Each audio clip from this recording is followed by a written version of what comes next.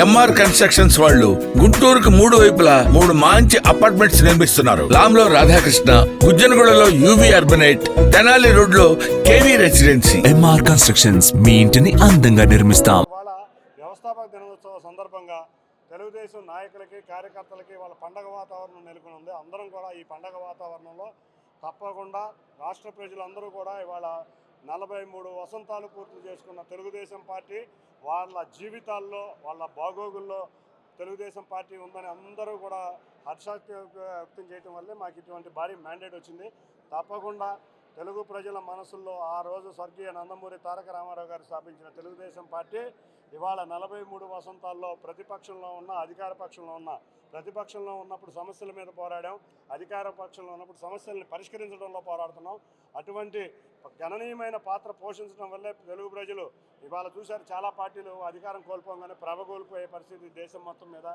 అధికారం కోల్పోయిన కార్యకర్తల్ని ఎన్ని కేసులు పెట్టి వేధించినా, కార్యకర్తల్ని హింసించినా, నాయకుల మీద కేసులు పెట్టినా మా నాయకులు కార్యకర్తలు మొక్కవోని ధైర్యంతో తిరగబడి ప్రజలు కూడా తిరగబడి తెలుగుదేశానికి అత్యధిక మెజారిటీతో గెలిపించారు.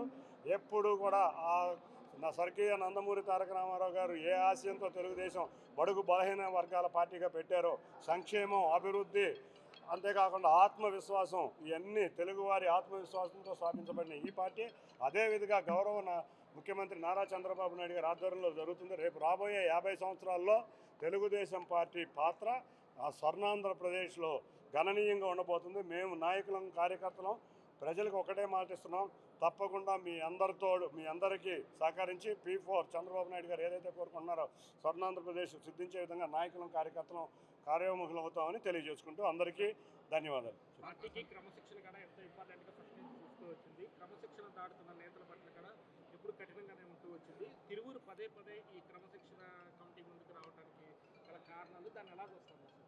ఇప్పుడు తిరువూరు అనేది వాళ్ళ సమస్య కాదు, వాళ్ళ పండగ వాతావరణం. తిరువూరు ఏదైనా ఉంటే అధిష్టానం చూసుకుంటుంది, వారిని అడిగితే బాగుంటుంది. తిరువూరు అనేది అధిష్టానం చేతిలో ఉంది.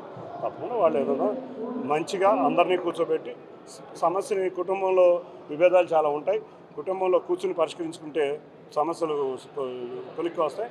తప్పకుండా అధిష్టానం ఆ దిశగా ప్రయాణిస్తుంది. సార్, మీ 3 మెన్ కమిటీ రిపోర్ట్ చేశారా అధిష్టానం? 3 మెన్ కమిటీ లేదు, ఇంకోటి లేదు, అసలు 3 మెన్ కమిటీయే లేదు.